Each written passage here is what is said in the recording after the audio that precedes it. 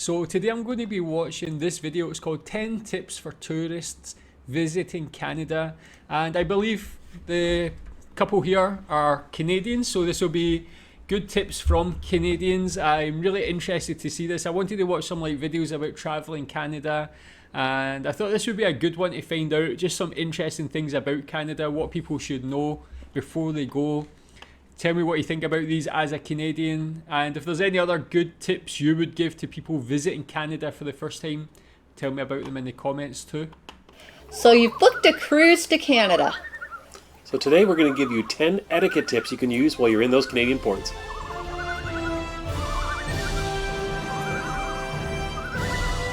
The Cruising Canucks. Cool.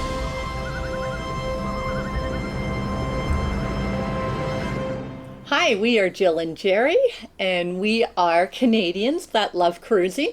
Yes, we are the Cruising Canucks. Canucks is another name for Canadians, and we always say that we're not experts on cruise travel. We just show you what we do and how much fun we have cruising, but we're kind of experts on Canadian etiquette. We kind of know what other Canadians do and what to expect when we see other people. And we definitely know what it looks like when someone's not from Canada trying to pretend to be Canadian. So today we're going to give you 10 tips on how you can fit in when you visit those Canadian ports. Tip number 1 is a big one, and this is one that we see all the time, and that is don't incorrectly use the word A when you come to Canada. And by A, we're talking EH. Yes, so many people come up to us and say, "Oh, you're Canadian, A," and we can tell right off the bat, you don't have a clue how to use A in a sentence. You know, have you ever seen anybody not from Canada use the word A properly in a sentence? No. No, exactly. The way a Canadian uses the word A is like, it's an afterthought. It's almost like a question. We don't even try. You know, we're talking about something and we're describing things and we turn to someone and say, "What do you think, A?" But it's very subtle. We don't even know we're doing it, in fact. People not from Canada always look at us and say, "You just said the word A," and we didn't even know we said it. So Very the true. secret is to bury it in your sentences so that it doesn't even sound like it exists. If you can do that successfully, you might be able to pull it off sound like a Canadian. There you go.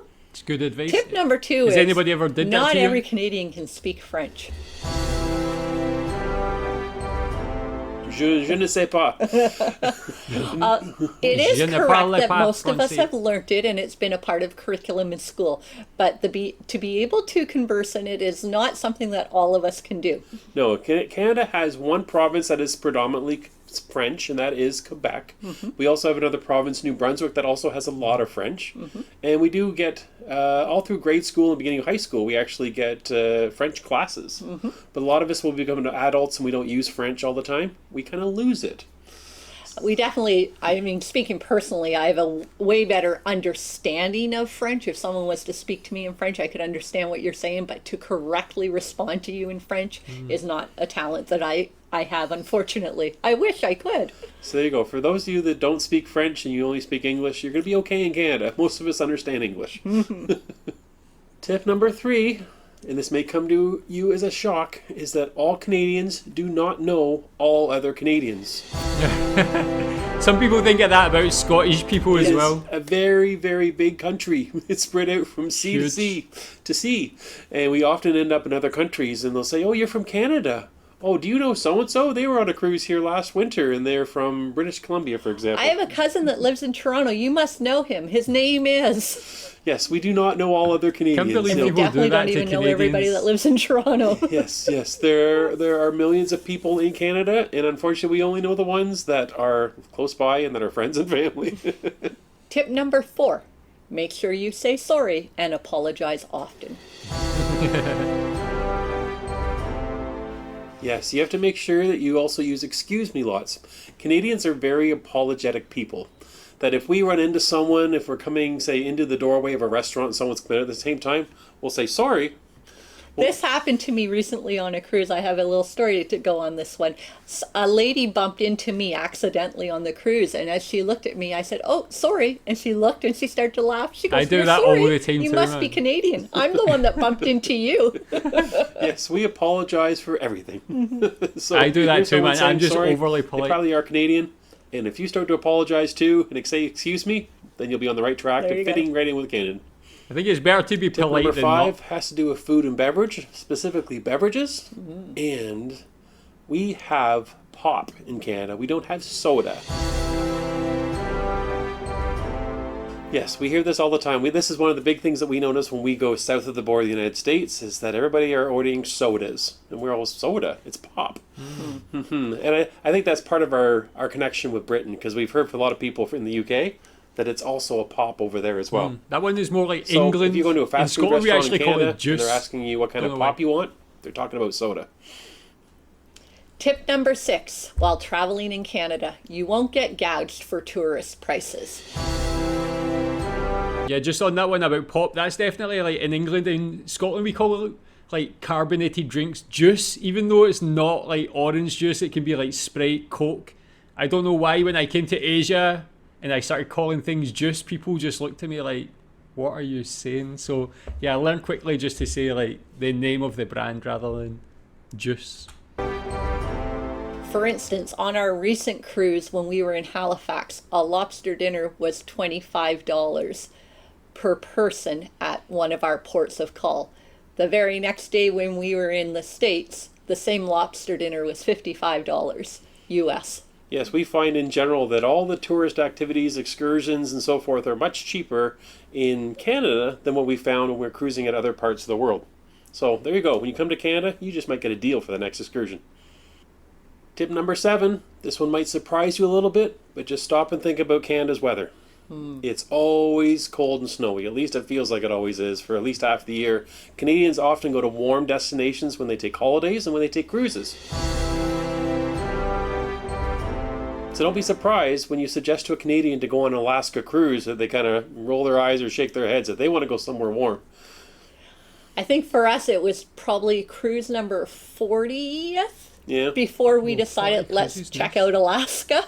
And the majority of our cruises up till that point were definitely hot destinations. Yes, and a lot of things that you find in Alaska, we find in Canada. We have beautiful scenery. We have lots of wildlife. All those things that people enjoy, the cool weather in the summertime. Yes. That we already have that in Canada for most of the year. So we like to go to a location that's kind of sandy, beach, palm trees, and nice and warm. So yeah, don't be surprised if that bucket list cruise to Alaska isn't shared by your Canadian friends that you meet when you're in Canada. Tip number 8, Canadian Mounties. Not all of them are riding horses around Canada. We are currently have automobiles. Automobiles, electricity, we have all the modern stuff. So our police force, our federal police force, specifically the Canadian Mounties, does not rely on horses as much as most of the pictures you will see of the Canadian Mounties is them in a red uniform sitting on a horse. You will see that if you go to ceremonies. You often find that in the nation's capital, if there's a changing of the guard ceremony. So, and often if there's a parade. But most Canadians, they drive cars and they're like any other police force around the world. So you're being forewarned. They will have a car and they do have a radar gun if you're speeding by them. The Canadian Mounties will get you. Tip number 9 is about what to wear to fit in. Ooh. We do not wear puffer jackets, mitts, and toques all year long. When it gets above 15 to 20 degrees Celsius, and you need to learn about the Celsius before you come to Canada, then you'll realize that we wear shorts and t-shirts as well. But we can always tell someone not from Canada, from a more southern climate, when they show up wearing their toques and mitts, and we're all wearing our shorts and t-shirts. For sure. We always see this on an Alaska cruise, in fact. Ironically, when we do go to Alaska, it's perfect. It's shorts and t-shirt weather for us, where other people get off with toques and jackets, and we just kind of laugh and say, they're not Canadian. Tip number 10. Canadians are friendly people. Yes, not only are they friendly, they are helpful. Odds are if you are lost, or you need to ride somewhere, or you need just about anything, a Canadian will be there to help you out. They're always willing to help out someone in need, which is fundamentally the core of what it means to be Canadian. We think back to 9/11 when there was airplanes that were stuck on the tarmac in Newfoundland. There's a famous movie that's been made about how all the local folks showed up with meals. They weren't asked to. They simply thought that, hey, there's people in that airport that probably haven't had a meal for hours, or they might need some kind of company.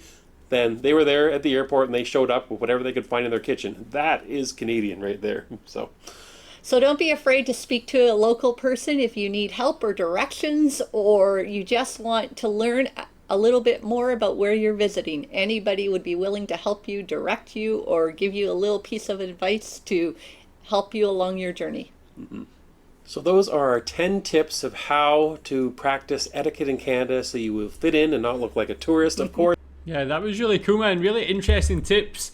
I mean, it makes Canada just such an enticing place because it's very easy to go there, and like people are so friendly and things. Where you go to like a lot of different countries, I would say like, most countries don't actually have that. You go to a lot of European countries, I feel like people aren't so welcoming. They're not like overly welcoming. They're not like against people coming, but it's just that sort of middle one. But when you go somewhere and people are so helpful and friendly and nice, just makes it so much easier. And then yeah, because of the size of Canada, the diversity and geography, wildlife, the cities, the towns, it's just so much to do, man. Like such an interesting place to visit. Like one day I'll make it there, definitely.